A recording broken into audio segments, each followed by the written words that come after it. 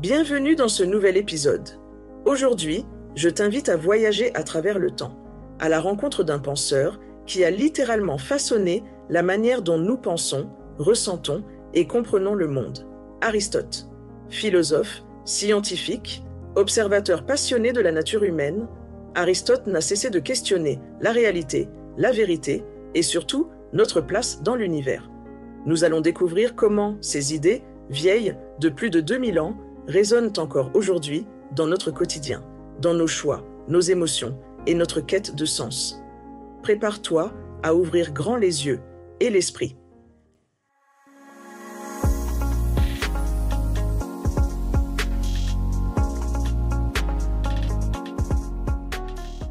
Aristote, né en 384 avant Jésus-Christ, philosophe et polymathe grec de l'Antiquité, considéré comme l'un des penseurs les plus influents de l'histoire occidentale, aux côtés de son maître Platon. Aristote a évolué dans une cité de Chalcidique en Grèce. Son père, Nicomaque, était médecin et ami du roi de Macédoine, Amyntas III, ce qui a permis à Aristote de grandir dans un environnement cultivé et proche des cercles du pouvoir. Sa mère, Phéstias, était sage-femme et originaire de Chalcis, sur l'île d'Eubée. La famille d'Aristote revendiquait une ascendance prestigieuse, prétendant descendre de Machaon, fils d'Asclépios, le dieu grec de la médecine. Orphelin, de père à l'âge de 11 ans, Aristote fut élevé par son beau-frère, Proxène d'Atarnée, en Mysie. C'est durant cette période qu'il se lia d'amitié avec Hermias d'Atarnée, qui deviendra plus tard un personnage important dans sa vie. Aristote a épousé Pythias, la nièce et fille adoptive d'Hermias d'Atarnée. De cette union naquit une fille, également nommée Pythias. Après la mort de sa première épouse, Aristote se remaria avec une femme de Stagire, Herpilis, avec laquelle il eut un fils, Nicomaque, à qui il dédiera son ouvrage majeur sur l'éthique, L'éthique à Nicomaque. Sa fille, Pythias, épousa par la suite Proclès, un aristocrate spartiate, et donna naissance à deux fils, Proclès et Démarate, qui furent élèves de Théophraste, successeur d'Aristote à la tête du lycée. Aristote a entretenu des liens étroits avec Hermias d'Atarnée, allant jusqu'à se réfugier auprès de lui après la mort de Platon. Il a également été le précepteur d'Alexandre le Grand, une fonction qui a marqué sa vie, mais aussi provoqué des difficultés politiques ultérieures, notamment lors de la montée de l'hostilité anti-macédonienne à Athènes. Après la mort d'Alexandre le Grand, Aristote dut quitter Athènes en raison de tensions politiques. Il se réfugia alors à Chalcis, sur l'île d'Eubée, où il mourut en 322 avant Jésus-Christ, probablement de cause naturelle. La vie privée d'Aristote fut marquée par une enfance dans une famille de médecins liés à la cour macédonienne, 2 mariages et 2 enfants connus, Pythias et Nicomaque, un réseau d'amitié et de relations influentes, notamment avec Hermias d'Atarnée et Alexandre le Grand, des épreuves personnelles, comme la perte précoce de ses parents et l'exil politique en fin de vie. Malgré la célébrité de son œuvre, Aristote a mené une vie familiale relativement classique pour un notable grec de son époque, tout en restant très impliqué dans les cercles intellectuels et politiques de la Grèce antique. Revenons maintenant sur son parcours. Après avoir étudié pendant près de 20 ans à l'Académie de Platon à Athènes, Aristote s'en distingue progressivement et fonde sa propre école, le lycée, où il enseigne pendant 13 ans. Les principaux disciples d'Aristote au lycée. Le lycée, fondé par Aristote à Athènes en 335 avant Jésus-Christ, a rapidement attiré de nombreux élèves et collaborateurs, appelés péripatéticiens. Plusieurs de ses disciples se sont illustrés par leurs contributions dans divers domaines du savoir, et certains ont même dirigé l'école après la mort d'Aristote. Théophraste d'Érèse. Il fut le plus proche disciple d'Aristote et son successeur à la tête du lycée. Théophraste s'est particulièrement distingué en botanique et a largement contribué à la diffusion et au développement de la pensée aristotélicienne. Eudème de Rhodes, spécialiste des sciences mathématiques, il a aussi été l'un des premiers historiens des mathématiques et de la philosophie, et a joué un rôle important dans la collecte des constitutions politiques avec Aristote. Aristoxène de Tarentais. Il s'est illustré dans le domaine de la musique et de la philosophie, et a introduit des idées proches du pythagorisme dans l'école. Dicéarque de Mécène. Philosophe et géographe, il a travaillé sur la géographie et la politique, poursuivant les recherches collectives du lycée. Phanias d'Érèse. Philosophe et historien, il a également été un proche collaborateur d'Aristote. Cléarque de Sole, philosophe et historien, il a contribué à la diffusion des idées d'Aristote. Callisthène, historien, il a accompagné Alexandre le Grand lors de ses conquêtes et a participé à la collecte d'informations pour le lycée. Héraclide Dupont, philosophe, il a aussi été proche de l'Académie de Platon avant de rejoindre Aristote. Certains disciples étaient responsables de domaines spécifiques. Théophraste pour la botanique, Eudème de Rhodes pour les mathématiques, mais non pour la médecine. Cette organisation collective et pluridisciplinaire du travail intellectuel était une innovation majeure du lycée, inspirant plus tard la bibliothèque et le musée d'Alexandrie. Les principaux disciples d'Aristote au lycée ont chacun contribué à la philosophie, aux sciences ou à l'histoire, et certains ont assuré la continuité de l'école après la mort d'Aristote. Aristote a abordé presque tous les domaines de la connaissance de son temps.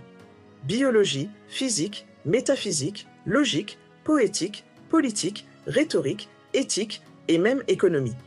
Il est notamment reconnu pour avoir fondé la logique comme discipline, avec l'invention du syllogisme, un outil central pour structurer le raisonnement, établi les bases de la biologie et de la classification des êtres vivants, distinguant différentes formes d'âme selon les espèces. Développer la métaphysique, qu'il nomme philosophie première, s'intéressant aux causes et aux principes fondamentaux de l'existence. Proposer une théorie de la causalité en 4 causes, matérielle, formelle, efficiente et finale, cette dernière posant l'idée d'une finalité dans la nature.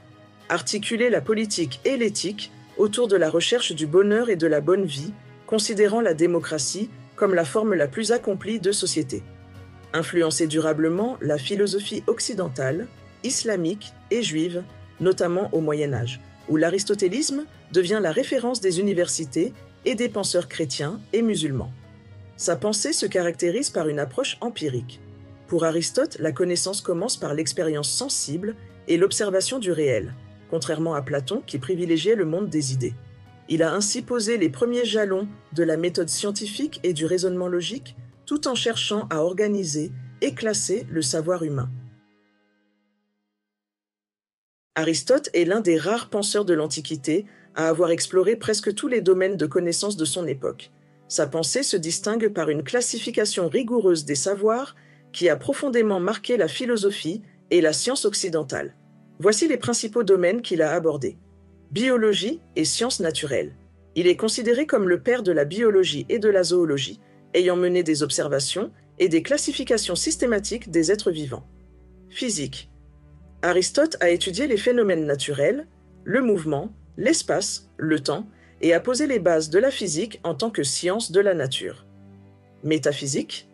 Il a fondé la métaphysique comme science de l'être en tant qu'être, étudiant les causes premières et les principes fondamentaux de la réalité. Logique. Il a inventé la logique formelle, notamment le syllogisme, et a rassemblé ses traités logiques sous le nom d'organon, considérant la logique comme l'instrument de toutes les sciences. Éthique. Aristote a développé une réflexion sur la vertu, le bonheur et la vie bonne, qui reste une référence majeure en philosophie morale. Politique. Il a analysé les différentes formes de gouvernement et a lié la politique à l'éthique, considérant l'homme comme un animal politique. Poétique. Il a étudié la tragédie, la poésie et la création artistique, posant les bases de la théorie littéraire occidentale. Rhétorique. Il a théorisé l'art oratoire et l'argumentation, influençant durablement la pratique de la rhétorique. Économie. De façon ponctuelle, il s'est aussi intéressé à l'économie et à la gestion domestique. Mathématiques. Bien qu'il n'ait pas été mathématicien au sens strict, il a intégré les mathématiques dans sa classification des sciences théorétiques. Aristote a laissé une œuvre immense, couvrant presque tous les domaines du savoir de son époque. Certaines œuvres sont particulièrement célèbres et étudiées aujourd'hui, comme la métaphysique, la physique, la poétique, la politique, l'âme et les traités logiques de l'organon. Aristote a également produit de nombreux traités spécialisés en biologie, en astronomie, en météorologie et en philosophie pratique, qui témoignent de la diversité et de la profondeur de sa pensée. La logique occupe une place fondamentale et structurante dans l'œuvre d'Aristote, mais elle possède un statut particulier. Aristote ne la considère pas comme une science au sens strict, mais comme un instrument indispensable à l'acquisition et à la progression de toutes les sciences. La logique comme instrument. La logique n'est pas une science autonome pour Aristote, mais un art ou une discipline préparatoire qui permet de construire des raisonnements valides et de fonder la démonstration scientifique. L'ensemble de ces traités logiques a été regroupé sous le nom d'organon, outil, car la logique sert d'outil méthodologique à toutes les autres disciplines. Les œuvres logiques d'Aristote. Les principaux traités logiques d'Aristote sont catégories, de l'interprétation, premiers et seconds analytiques, topiques et réfutations sophistiques. Ces œuvres analysent les structures du langage, les types de propositions, les catégories logiques, la théorie du syllogisme et les règles de l'argumentation. Concepts centraux. Le syllogisme. Aristote est le premier à théoriser la forme du syllogisme, un raisonnement composé de deux prémices et d'une conclusion, qui deviendra la base de la logique déductive occidentale. Les catégories. Il propose une classification des différents types de prédicats, qualité, quantité, etc., qui structurent l'analyse logique des propositions. Les principes fondamentaux. Aristote formule explicitement les principes de non-contradiction et du tiers exclu, considérés comme des principes communs à toutes les sciences, statut et portée de la logique. La logique chez Aristote est à la fois une technique du discours vrai et une discipline théorique, car elle touche à la question de la vérité et de l'être. Elle n'est pas incluse dans sa classification des sciences, théorétique, pratique, poétique, mais elle en constitue la condition de possibilité. Il faut connaître les analytiques avant d'aborder aucune science, métaphysique. Héritage. Aristote est reconnu comme l'un des inventeurs de la logique, ayant érigé le raisonnement logique en discipline autonome et systématique, ce qui a profondément marqué la tradition philosophique et scientifique occidentale. En résumé, la logique chez Aristote est l'outil fondamental qui permet de structurer la pensée, de valider les raisonnements et d'accéder à la connaissance scientifique. Elle occupe une place à part, en amont de toutes les sciences, et constitue l'un des apports majeurs du philosophe à l'histoire de la pensée. Aristote a ainsi jeté les bases d'une véritable encyclopédie du savoir, en s'intéressant à la totalité des aspects de la réalité humaine et naturelle. L'influence d'Aristote sur la philosophie occidentale. Aristote est l'un des penseurs les plus déterminants de l'histoire occidentale, ayant marqué de son empreinte la quasi-totalité des domaines philosophiques et scientifiques. Son influence s'est exercée sur plusieurs plans majeurs, fondements de la logique et de la méthode scientifique. Aristote est reconnu comme le fondateur de la logique formelle, notamment avec l'invention du syllogisme, qui a servi de base au raisonnement scientifique et philosophique pendant des siècles. Sa confiance dans l'observation du monde sensible, en rupture avec la théorie des idées de Platon, a ouvert la voie à une approche empirique et rationnelle de la connaissance, posant ainsi les jalons de la méthode scientifique moderne. Développement de la métaphysique et de la philosophie de l'être. Dans la métaphysique, Aristote définit la philosophie première comme la science de l'être en tant qu'être, abordant des questions fondamentales sur la réalité, la substance, la causalité et l'existence.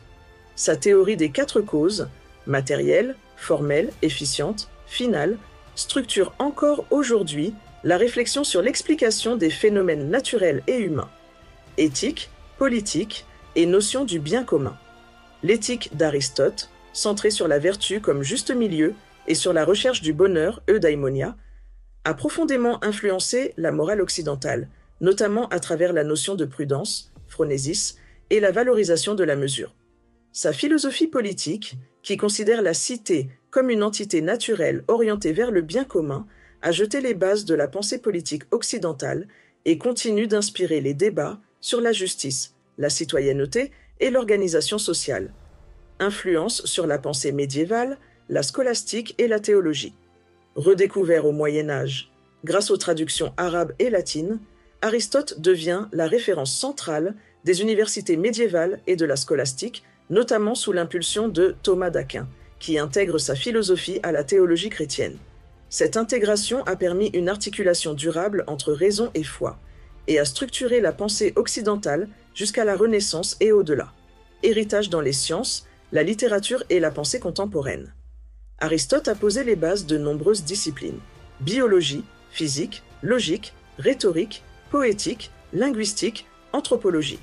Sa poétique a révolutionné la théorie littéraire, introduisant des concepts comme la mimésis, imitation, la catharsis et la structure dramatique, toujours étudiées aujourd'hui.